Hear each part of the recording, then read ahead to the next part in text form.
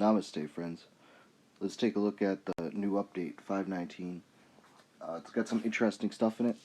No new planeswalkers, but 3 new cards, including dual cards or multicolored cards, and some fixes and balance changes and whatnot. So, starting off, new Tez skin. Doesn't really appeal to me. One of my teammates said he looks like the lead singer of POD. Thought it was kind of funny. If you like it, cool. I think there's other skins that are better, but, it's new skin. I wish they still sold the skin tickets, but seems like that's a good way to make money and people would buy them. I'm not sure why they don't. New hybrid cards. Here's the stuff that everybody's looking at, or everybody wants to see. So there's 3 of them. They're all rares. They're all 2 colors, and they all do different things. And now that the patch is actually out, which is why I waited till today to upload this, I can show you some of the cards. So, starting with the unicorn, since I think that was the first one. It's a little different than I thought it was. I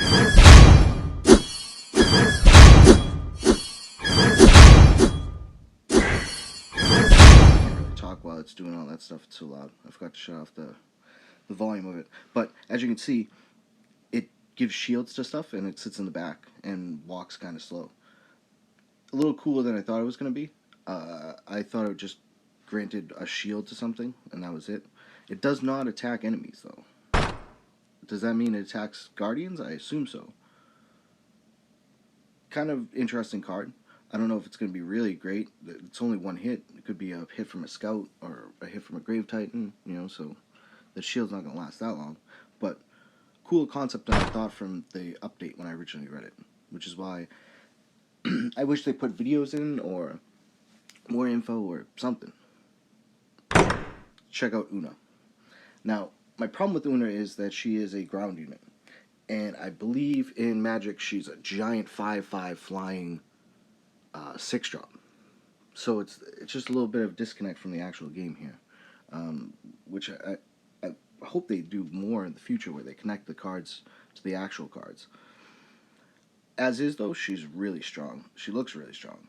She moves slow, summons fairies. I'll show you the preview here. Got some fairies. They melee attack, though, so they're not going to range attack.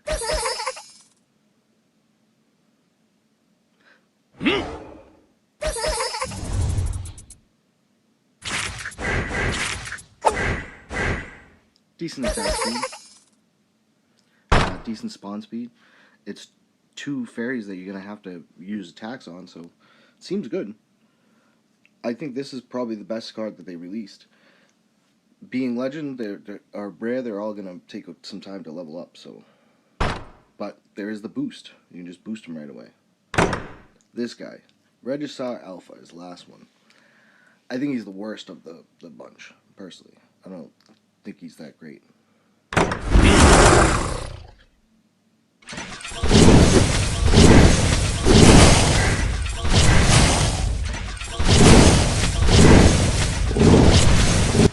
So one thing you may have noticed is that the spawns almost die from 1 hit.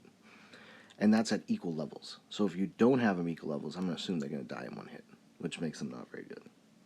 That's my problem with it. And you're paying 5 for a range unit, which I don't think it's that great of a range unit if it only does 131 damage, or 134 damage. It's not even AoE. So this card, probably not so great. The other ones seem pretty good. Interesting at the very least. So, back to the upgrade here, or the update. Balance patch. They try to make some mono walkers that aren't played often better, which they should, because playing a mono walker is a disadvantage. Even if you're just splashing for 1 card, it's a huge advantage, because that 1 card is probably really synergistic with your deck and really useful. So having a mono deck is definitely a disadvantage, and they need to do something with these walkers. It's a good start. Gideon, they reduced his activation time, so it doesn't take that much time to go invincible. I never noticed it. I played him a fair bit. I never noticed that there was that much of a trigger delay, but apparently there was. What's really big is 3 seconds is now 4.5 seconds for invincible time.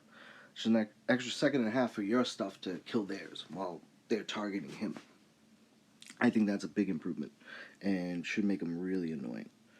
Obnixilus is a weird card. I never really liked his design. I always thought that when he turned into a demon, he should gain his health back or something like Teferi does, or I don't know, something cooler. So they kind of did that. They increased his HP. Now, does that heal him? I don't know. But I do like that they at least changed him a little bit. He's not as weak as people think, though. One of my teammates definitely took him to top 100, so if you can play, you can play. Same thing with Tamio. He really liked Tamio, said that Tamio was strong, or the ability was strong at least. The stats weren't. So they upped the HP a little bit. Is that enough? I don't know. I don't know if it really makes her worth playing over, say, Teferi or Tezzeret or something else. But at least they tried, and she's a little bit more buffed. The Moon's Dominion is actually a really good skill, though. That ability can be used very well. Vivian, still a worse Planeswalker. I mean, they increased her attack, though, a lot. So maybe not the worst Planeswalker. But the health increase is minimal, and the focus fire thing, her ability just isn't very good, and she's slow. I don't know why you'd play her over Nissa. Nissa just seems like a better card to me. If I want to play green, I'd play any of the multicolored walkers over her. But maybe the increased attack and a little bit of HP will balance her out a little bit. I haven't played her, so I don't want to, dump on her too much. Balance changes. Now, this section is a bunch of reverts. They reverted a bunch of or adjusted their balances that they did previously. They said that overrun they increased because the cards didn't match the level of the tower and stuff like that. Well, now they do. So they need to increase the Guardian damage again, and decreasing this definitely helped. I don't know if it's the right move, though. To me, it was the damage that it did to the tower that was annoying. You cycle 3 of these in overtime and you win. Or just straight up killing planeswalkers. If you're playing twins and you're in limited, they play overrun and your twins are dead. That was the problem. So you could have increased some of the planeswalkers' health and decrease the damage to the tower, or there's a bunch of different ways to rework this. I'm not sure going to 120 is going to solve it, but we will see. I want it to be playable. It shouldn't be unplayable. It just shouldn't be the deciding factor in a lot of games where you just play it 3 times in overtime and win. Or ManaStrike. Black. This is my least favorite part of the update. 100%. They reverted Skull Catapult back to 3 and decreased the HP. So we're going to have the Skull Catapult meta of a month ago or 2 months ago. Not very good, in my opinion. I didn't think making it 4 was a good adjustment to begin with. I thought it just had too much health. They already adjusted the attack speed a little bit. That's my problem, is it just stopped everything. It stops every ground push. It's really, really good against green. It's really good against anything that's on the ground. It just clogs up a whole lane. And at 3, now you can cycle back to it pretty fast. So I expect a lot of black this season. Some Garrick might come back, but probably a lot of Sorin, a lot of Tez. That's my guess. Curse Spirit. This card was just unplayable at 3. Nobody wanted to play it. It was a 2-drop, and then they added an extra mana to it. Now at least it has stats worthy of a 3-drop. I think the increased attack and the HP help a lot. It should survive Ratchet Bomb. And now it has an AoE for 2 seconds instead of 4 seconds, which is how they tried to balance it. But it's also, instead of random, it's the furthest enemy in sight, which is an interesting concept. It's always interesting whether it's closest or the furthest. Both have an advantage and a disadvantage to it. I like the changes a lot to it, and it should be playable now. Path. Still a bad card, but at least it works as it should. The creatures with passive effects won't have them anymore. So if you path a Squall, it's not going to shield everything anymore. If you path the Angel, you can be able to core them.